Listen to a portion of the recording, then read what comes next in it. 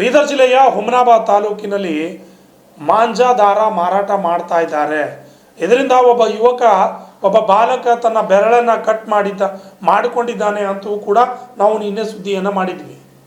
ಆದರೆ ಅಧಿಕಾರಿಗಳು ಏನು ಮಾಡಿದ್ರು, ಕಳೆದ 2 ದಿನಗಳ ಹಿಂದೆ ಮಾತ್ರ ಸಭೆಯನ್ನು ನಡೆಸಿದರು. ಈಗಾಗಲೇ 2-3 ದಿನಗಳ ಹಿಂದೆ ಈ ಮಾಂಜಾ ದಾರ ತಾಲೂಕಿನಾದ್ಯಂತ ಎಲ್ಲ ಕಡೆ ಮಾರಾಟ ಮಾಡಲಾಗಿದೆ.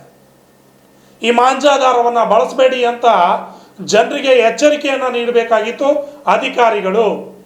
ಆದರೆ ಅಧಿಕಾರಿಗಳ ಒಂದು ನಿರ್ಲಕ್ಷ್ಯತನದಿಂದ ಈಗ ಈ ಒಂದು ಮಾಂಜಾ ದಾರಕ್ಕೆ ಒಬ್ಬ ಬಲಿಯಾಗಿದ್ದಾನೆ. ಬೀದರ್ ಜಿಲ್ಲೆಯ ಹುಮನಾಬಾದ್ ತಾಲೂಕಿನ ತಾಳಮಡಗಿ ಗ್ರಾಮದ ಹತ್ತಿರ ಮಾಂಜಾ ದಾರ ಕುತ್ತಿಗೆಗೆ ಸಿಕ್ಕು ಓರ್ವ ಸಾವಾಗಿದ್ದಾನೆ, ಓರ್ವ ಸತ್ತೋಗಿದ್ದಾನೆ. ಹುಮನಾಬಾದ್ ತಾಲೂಕಿನ ತಾಳಮಡಗಿ ಗ್ರಾಮದ ಮುಖ್ಯ ರಸ್ತೆಯಲ್ಲಿ ಈ ಘಟನೆ ನಡೆದಿದ್ದು, ಸಂಜೀವ್ ಎಂಬತನ ಕುತ್ತಿಗೆಗೆ ಆ ದಾರ ಬಿಗಿದಿದೆ.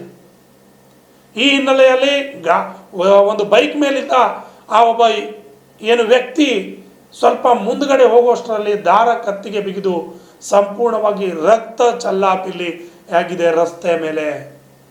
ಅಧಿಕಾರಿಗಳ ನಿರ್ಲಕ್ಷ್ಯತನದಿಂದ ಒಬ್ಬ ವ್ಯಕ್ತಿಯ ಸಾವಾಗಿದೆ.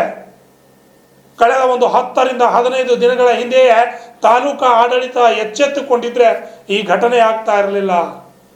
ತನ್ನ ಮಗಳನ್ನ ಕರೆದುಕೊಂಡು ಬರಲು ಮುಖ್ಯ ರಸ್ತೆಯಿಂದ ಹುಮನಾಬಾದ್ಗೆ ಹೋಗ್ತಿದ್ದ. ಮುಖ್ಯ ರಸ್ತೆಯಿಂದ ಹುಮನಾಬಾದ್ಗೆ ಹೋಗ್ತಿರ್ತಕ್ಕಂಥ ಸಂದರ್ಭದಲ್ಲಿ ಈ ಒಂದು ಘಟನೆ ಆಗಿದೆ. ಈಗ ಸಂಕ್ರಾಂತಿ ಹಬ್ಬದ ಸಮಯದಲ್ಲಿ ಆ ಕುಟುಂಬದ ರೋದನೆ ಹೇಳತೀರದಂತಾಗಿದೆ.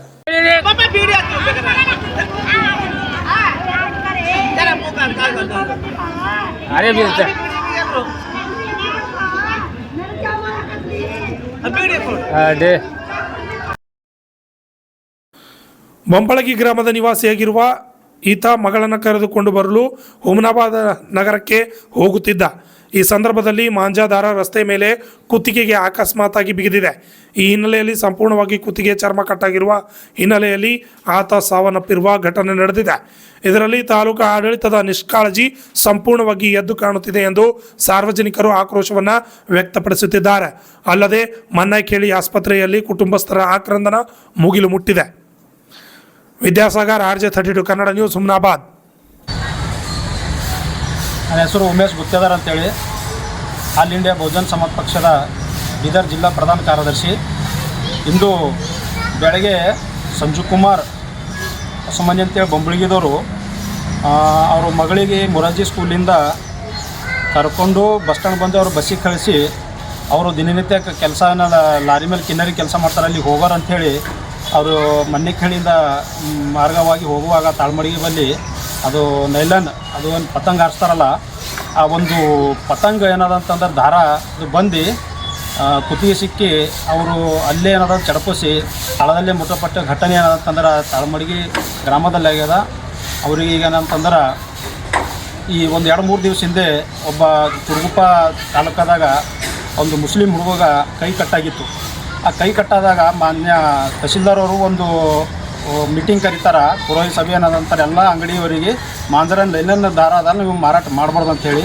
ಒಂದು ವೇಳೆ ಅವರ ಕಟ್ಟುನಿಟ್ಟಿನ ಕ್ರಮ ಒಂದು ವೇಳೆ ಅವತ್ತೇ ತೊಗೊಳ್ತೀರಂದ್ರೆ ಈ ಸಂಜು ಕುಮಾರ್ ಅವರು ಇವತ್ತು ಮೃತಪಟ್ಟಿಲ್ಲ ಅಂತೇಳಿ ಹೇಳ್ತೀನಿ. ಇದಕ್ಕೆ ನೇರವಾಗಿ ಇದು ತಾಲೂಕಾ ಆಡಳಿತ ಹೊಣೆಗಾರ ಇವರು ಈ ಮರಣಕ್ಕೆ. ಯಾಕಂದ್ರೆ ಒಂದು ಕಟ್ಟುನಿಟ್ಟಿನ ಕ್ರಮ ತೊಗೊತೀನಿ ಅಂದ್ರೆ ಇವತ್ತು ಅವ್ರು ಜೀವಂತ ಇರ್ತಿರು.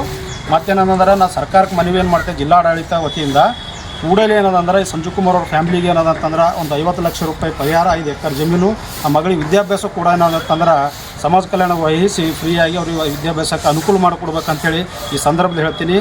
ಮತ್ತು ವಿಶೇಷವಾಗಿ ಏನದಂದ್ರೆ ಬಳ್ಳಾರಿಯಲ್ಲಿ ಗುಂಡಿನ ಹಾರಿಗೆ ಒಬ್ಬರು ಮೃತಪಟ್ಟಿರೋ ಜಮೀರ್ ಅಹಮದ್ ಖಾನ್ ಅವರು 25 ಲಕ್ಷ ರೂಪಾಯಿ ತಂದು ಕೊಡ್ತಾರೆ. ಅದೇ ರೀತಿಯಲ್ಲಿ ಏನದಂದ್ರೆ ಕೂಡಲೇ ಸರ್ಕಾರ ಜಿಲ್ಲಾಡಳಿತ ಮನವಿ ಮಾಡಿ ಸರ್ಕಾರ ವತಿಯಿಂದ 50 ಲಕ್ಷ ರೂಪಾಯಿ ಈ ಕುಟುಂಬಕ್ಕೆ ಪರಿಹಾರ ಒದಗಿಸ್ಕೊಡ್ಬೇಕು. ಇಲ್ಲದಿದ್ದಲ್ಲಿ ನಾವು ಇದು ಆಲ್ ಇಂಡಿಯಾ ಬಹುಜನ ಸಮಾಜ ಪಕ್ಷ ವತಿಯಿಂದ ಹೋರಾಟ ಮಾಡ್ತೀವಿ ಅಂಥೇಳಿ ಈ ಮೂಲಕ ಎಚ್ಚರ ಮಾಡ್ತೀನಿ.